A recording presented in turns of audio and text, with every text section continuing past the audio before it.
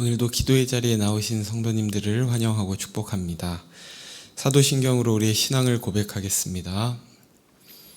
전능하사 천지를 만드신 하나님 아버지를 내가 믿사오며 그 외아들 우리 주 예수 그리스도를 믿사오니 이는 성령으로 잉태하사 동정녀 마리아에게 나시고 본디오 빌라도에게 고난을 받으사 십자가에 못 박혀 죽으시고 장사한 지 사흘 만에 죽은 자 가운데서 다시 살아나시며 하늘에 오르사 전능하신 하나님 우편에 앉아 계시다가 저리로서 산 자와 죽은 자를 심판하러 오시리라.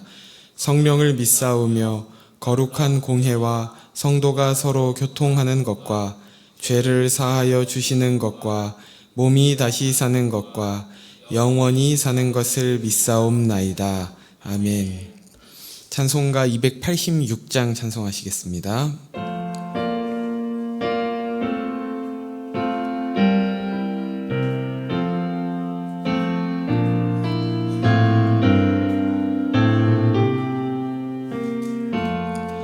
주 예수님 내 맘에 오사 날 붙들어 주시고 내 마음에 새 힘을 주사 늘 기쁘게 하소서. 사랑의 주 내 맘속에 찾아오사 내 모든 죄 사하시고 내 상한 맘 고치소서.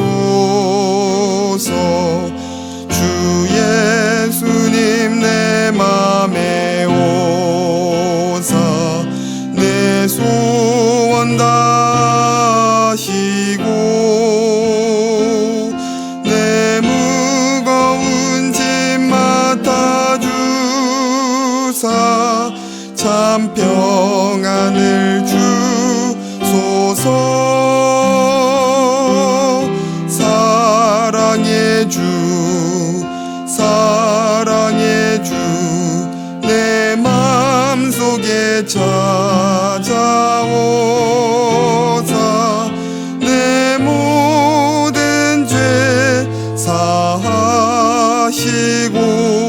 내 상한 맘 고치소서. 주 예수님 내 맘에 오사 날 정결케 하시고 그 은혜를 내 맘에 채워 늘 충만케 하소서.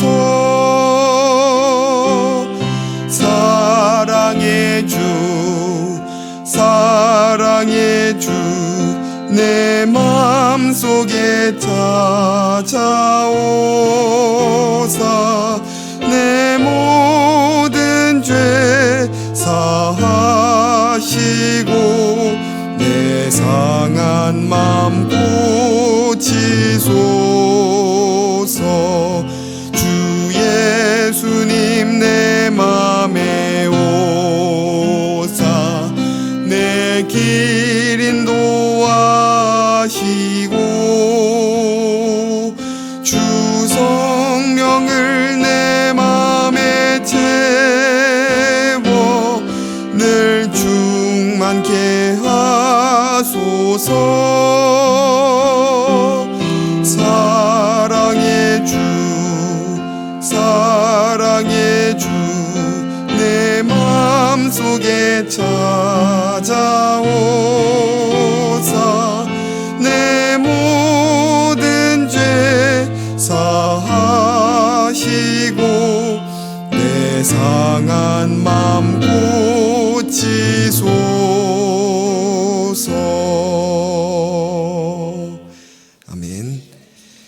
우리에게 주신 하나님의 말씀은 창세기 44장 14절에서 17절 말씀입니다. 창세기 44장 14절에서 17절 말씀입니다. 한 절씩 교독하시겠습니다. 유다와 그의 형제들이 요셉의 집에 이르니 요셉이 아직 그곳에 있는지라 그의 앞에서 땅에 엎드리니 요셉이 그들에게 이르되 너희가 어찌하여 이런 일을 행하였느냐 나 같은 사람이 점을 잘 치는 줄을 너희는 알지 못하였느냐 유다가 말하되 우리가 내 주께 무슨 말을 하오리이까 무슨 설명을 하오리이까 우리가 어떻게 우리의 정직함을 나타내리이까 하나님이 종들의 죄악을 찾아내셨으니 우리와 이 잔이 발견된 자가 다 내 주의 노예가 되겠나이다. 요셉이 이르되 내가 결코 그리하지 아니하리라. 잔이 그 손에서 발견된 자만 내 종이 되고 너희는 평안히 너희 아버지께로 도로 올라갈 것이니라. 아멘.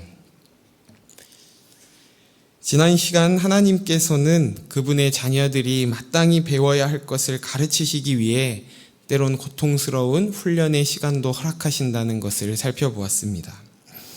요셉의 형제들은 오랜 세월 동안 자신들이 지었던 죄를 회피해 왔지만 그로 인한 죄책감은 자신들을 더욱 괴롭혔고 스스로를 보호하기 위해 공격적인 태도를 나타내기도 했습니다. 그렇게 자신에게도 남에게도 상처를 주는 그들을 변화시키고 회복시키기 위해 하나님께서는 요셉의 계략을 사용하시는 것이죠. 형제들이 더 이상 도망칠 수 없는 자리까지 몰아가셔서 그들의 죄를 직면하게 하신 것입니다. 그리고 오늘 본문에서는 드디어 형제들의 변화된 모습을 보게 되는데요. 지난 말씀에서 요셉은 청지기를 통해 이런 말을 형제들에게 전했습니다. 44장 10절을 제가 읽겠습니다. 그가 이르되 그러면 너희의 말과 같이 하리라. 그것이 누구에게서든지 발견되면 그는 내게 종이 될 것이요 너희는 죄가 없으리라. 형제들은 우리 중에 도둑질한 사람이 있으면 우리 모두가 애굽의 종이 되겠다고 맹세했지만 요셉은 은잔이 발견된 사람만 종으로 삼겠다고 하고 다른 나머지는 죄가 없을 것이라고 얘기했습니다. 이런 요셉의 말대로라면 무죄한 나머지 형제들은 마음만 먹으면 얼마든지 이 은잔 사건에 대해 손을 털고 막내 베냐민만 요셉에게 돌려보낼 수도 있는 상황이었던 겁니다. 그러나 요셉은 형들이 베냐민을 버리지 않고 자발적으로 함께 오기를 간절히 바라며 기다리고 있었을 것입니다. 그리고 그때 형제들이 요셉의 집에 도착하는데요. 14절을 읽겠습니다. 유다와 그의 형제들이 요셉의 집에 이르니 요셉이 아직 그곳에 있는지라 그의 앞에서 땅에 엎드리니 요셉은 형제들이 함께 돌아온 것을 보며 먼저 안도의 한숨을 내쉬었을 것입니다. 형들이 베냐민을 버리지 않았구나. 이 상황을 함께 해결하기 위해 이곳에 왔구나 라고 생각했겠죠. 그렇게 돌아온 형제들에게 요셉은 어찌하여 너희가 그런 도둑질을 했냐며 다시 추궁하기 시작합니다.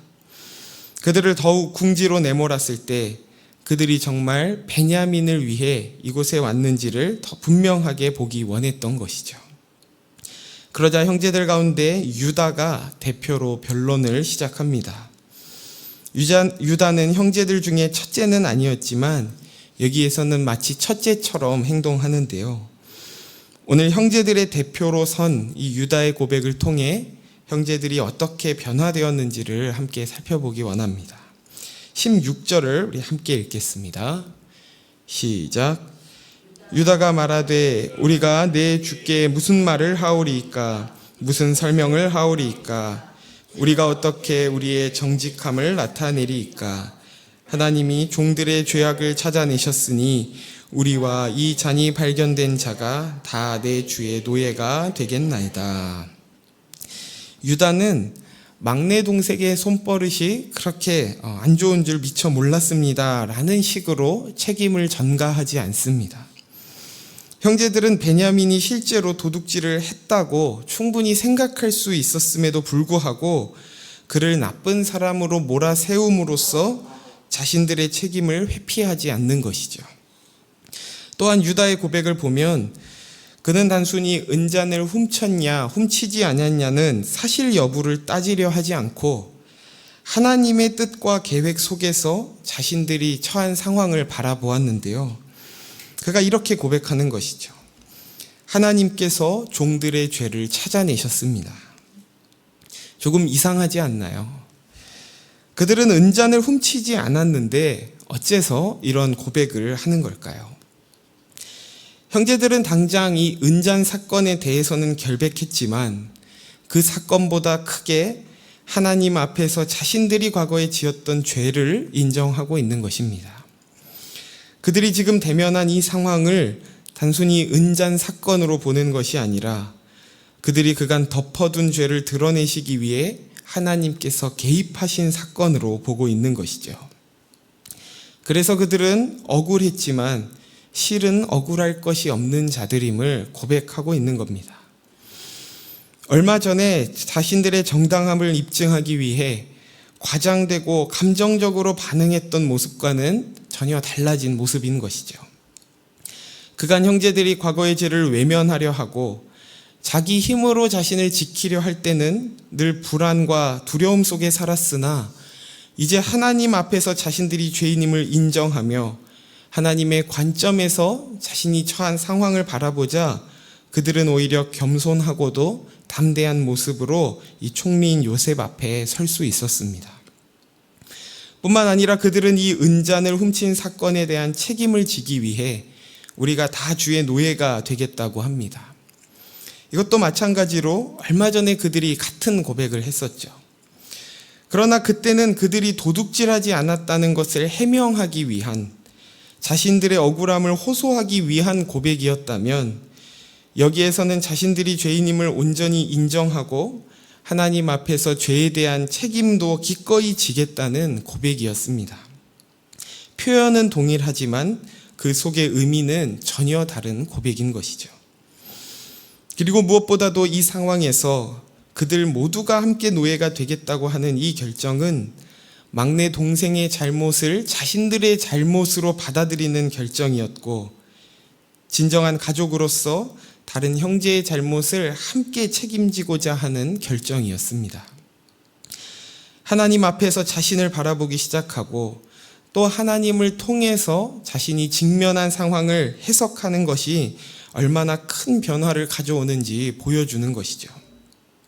억울함에 어찌할 바 몰라 불안해하고 분노했던 그들이 이제는 아주 의연하고 나아가 형제의 잘못까지 함께 책임지고자 하는 성숙한 모습을 보여주는 것입니다. 이러한 유다의 고백이 오늘 우리에게 가르쳐주는 것을 다시 두 가지로 정리해 보길 원하는데요. 먼저 우리는 어떤 상황에서도 하나님 앞에서 살아가는 자가 되어야 한다는 것입니다. 다시 말하면 우리가 마주하는 모든 상황을 그저 우리 눈에 보이는 대로 해석하는 것이 아니라 그곳에 하나님을 개입시켜서 하나님의 뜻 아래서 해석해야 한다는 것입니다. 우리는 살아가면서 때로 이해할 수 없고 또 억울한 일들을 많이 만나게 됩니다.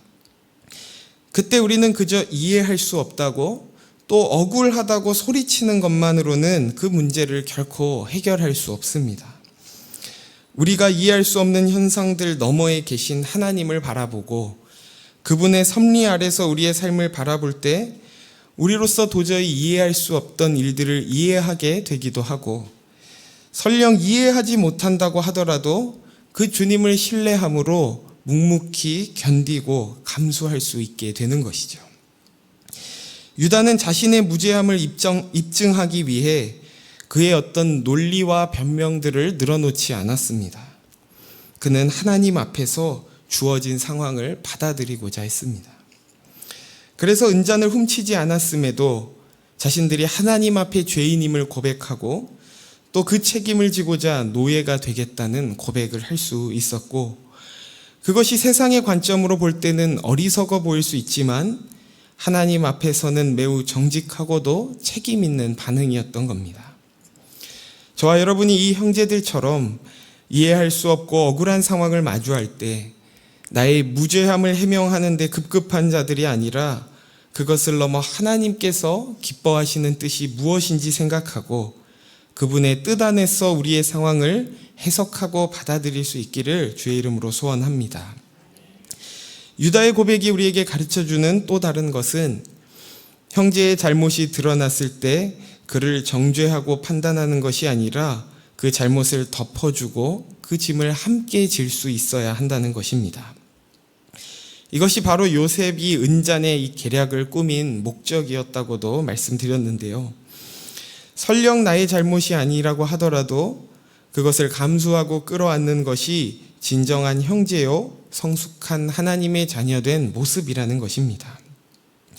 그래서 만일 공동체 안에서 누군가의 잘못이 드러났다면 바로 그때가 우리의 성숙함, 우리의 실력을 확인하는 자리임을 기억하시길 원합니다.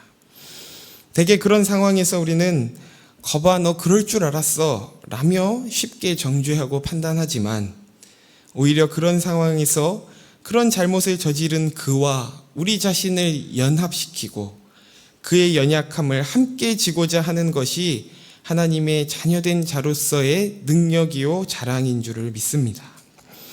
계속해서 우리 17절을 함께 보겠습니다. 시작. 요셉이 이르되 내가 결코 그리하지 아니하리라. 잔이 그 손에서 발견된 자만 내 종이 되고 너희는 평안히 너희 아버지께로 도로 올라갈 것이니라. 요셉은 이전에 청지기를 통해 전했던 말로 다시 한번 그들을 시험합니다. 너희 모두가 다 내 종이 되는 것이 아니라 잔이 발견된 베냐민만 내 종이 되고 나머지는 다 돌아가라고 하는 것이죠. 그래도 형제니까 형제로서 책임을 함께 지는 것이 맞지라고 단순하게 생각할 수 있지만 그들에게 베냐민을 품는 일은 사실 그 이상의 의미를 가지는 일이었습니다. 왜냐하면 베냐민은 그들의 형제인 동시에 원수 같은 존재였기 때문입니다. 형제들에게 있어서 베냐민은 아버지의 사랑을 독점하여 자신들이 마땅히 받았어야 할 사랑을 빼앗은 자였고 그들의 가장 아픈 기억인 요셉을 떠올리게 하는 존재였습니다. 그럼에도 요셉은 형들에게 그런 원수 같은 베냐민을 위해 희생할 수 있는 기회를 주고자 한 것인데요. 그것은 형제들이 과거에 지은 죄로 인한 그 상처를 치유할 수 있는 유일한 길이기도 했기 때문이었습니다. 우리가 누군가를 아주 미워할 때는 우리 안에 있는 어떤 결핍이나 상처가 결부되어 있는 때가 많습니다.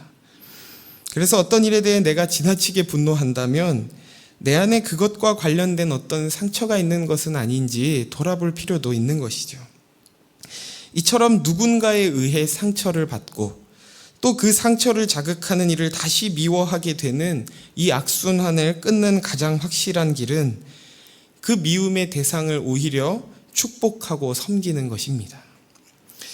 상처를 받은 사람이 상처를 준 사람을 축복하고 섬긴다는 것은 어쩌면 불합리해 보이고 불가능한 일처럼 보이기까지 합니다. 그때 우리가 다시 마음에 새겨야 하는 것은 우리가 하나님을 배반하여 그분께 상처를 드렸지만 상처받은 하나님께서 그런 우리를 먼저 찾아오셨고 그의 사랑으로 우리를 품어주셨다는 사실입니다. 그렇게 사랑받을 자격 없는 나를 사랑하시는 그 하나님의 마음이 우리 안에 채워질 때 우리는 단순히 잘잘못의 차원을 넘어 우리에게 아픔을 준 자까지도 긍휼히 여기고 섬길 수 있는 마음을 가질 수 있는 것이죠. 세상은 우리에게 말합니다. 내가 당한 것보다 더 분노하고 더 크게 복수하라고. 그것이 정당하고 마땅하다고 하는 것이죠. 너무나 그럴듯한 말처럼 들리지만 그런 분노와 복수는 결국 아무것도 해결하지 못합니다. 그것은 상대뿐만 아니라 우리 자신에게도 상처를 낼 뿐 그 누구도 회복시키지 못하는 것이죠. 그러나 우리가 받은 사랑을 기억하고 그 마음을 구하며 그 미움의 대상을 축복하고 섬기고자 할 때 그것이 우리 자신과 상대 모두를 살리는 길임을 우리는 경험하게 될 것입니다. 이제 말씀을 정리하겠습니다. 오늘 유다의 고백을 통해 요셉의 형제들이 어떻게 변화되었는지를 살펴보았습니다. 그들은 이전에 자신들의 상처에 매여 자신의 관점으로 모든 것을 바라보았으나 하나님의 관점으로 그들 자신과 상황을 바라보게 되자 모든 것이 달라지기 시작했습니다. 하나님 앞에서 감춰두었던 자신들의 죄를 겸손히 인정할 수 있게 되었을 뿐만 아니라 자신들이 지었던 죄에 대한 책임도 기꺼이 질 수 있는 용기를 가지게 되었습니다. 그리고 그 용기는 자신들의 형제였지만 원수이기도 했던 베냐민을 용서하고 품는 모습으로 열매 맺게 됩니다.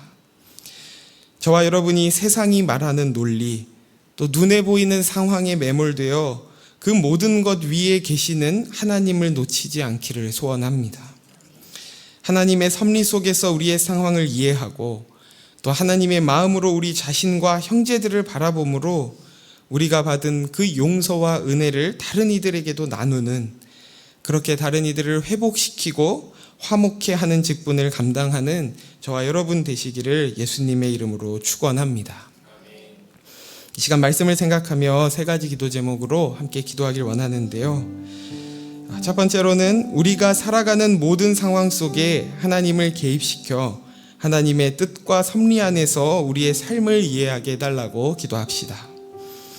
두 번째로는 사랑받을 자격 없는 우리를 사랑하신 그 주님으로 인해 다른 이들을 용서하고 사랑하며 섬기게 해달라고 기도합시다. 마지막으로 우리 1교구 11여 다락방을 위해 기도하길 원하는데요. 순원 모두가 다락방 예배로 모일 때마다 성령의 임재하심을 경험하는 은혜의 현장이 되게 해달라고 우리 나눈 이 세 가지 기도 제목과 각자의 기도 제목을 가지고 함께 기도하시겠습니다. 하나님 아버지 감사합니다. 오늘도 우리를 이 말씀의 자리 또 기도의 자리로 인도하여 주셔서 또 이 유다의 고백을 통해 참 하나님의 자녀된 자로서의 모습이 무엇인지를 다시금 깨닫게 하시니 감사합니다. 하나님, 우리는 살아가면서 눈에 보이는 것들로 또 세상의 논리들로 모든 것들을 해석하고 이해하고 반응하려 하지만 그 모든 것 너머에 계시는 하나님을 먼저 바라보게 하시고 그 우리의 삶 속에 주님을 개입시켜 주님의 섭리 속에서 그 모든 것들을 바라볼 수 있도록 인도하여 주옵소서.